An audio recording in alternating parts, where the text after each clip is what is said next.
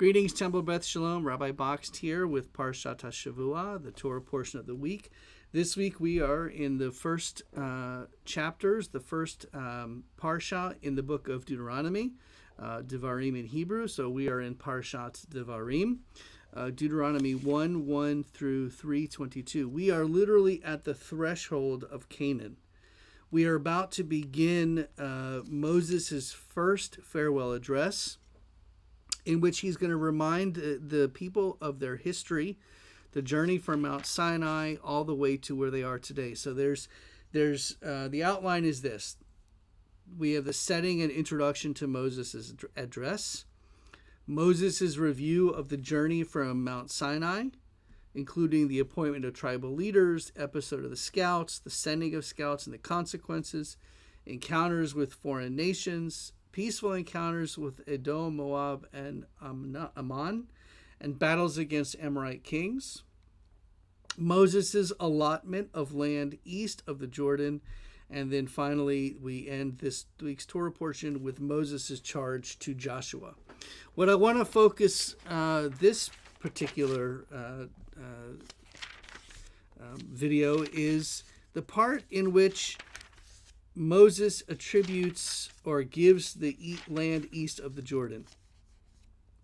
In Numbers 32, the cattle-rearing tribes of Reuben and Gad ask Moses to take possession of the territories that they're in east of the Jordan because they provide good grazing land. The half-tribe of Manasseh is also granted part of this East Jordanian territory.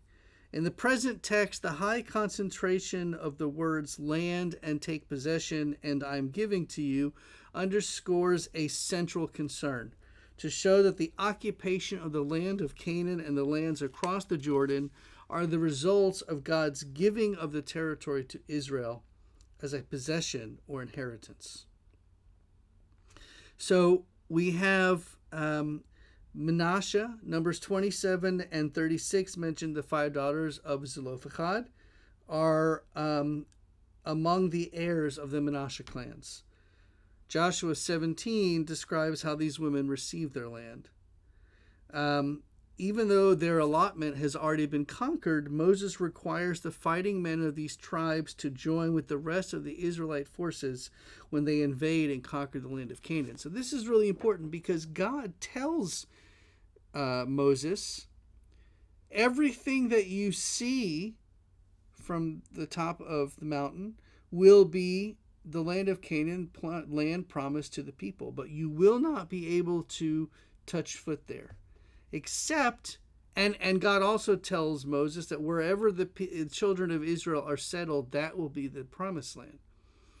Well, Moses is currently in a land area east of the Jordan in which land is given to the tribes of Manasseh and Gad and Reuben. So technically, Moses is in the promised land, just not in Canaan proper. It's a very interesting, if you think about, did God plan this on purpose? Did Moses con God?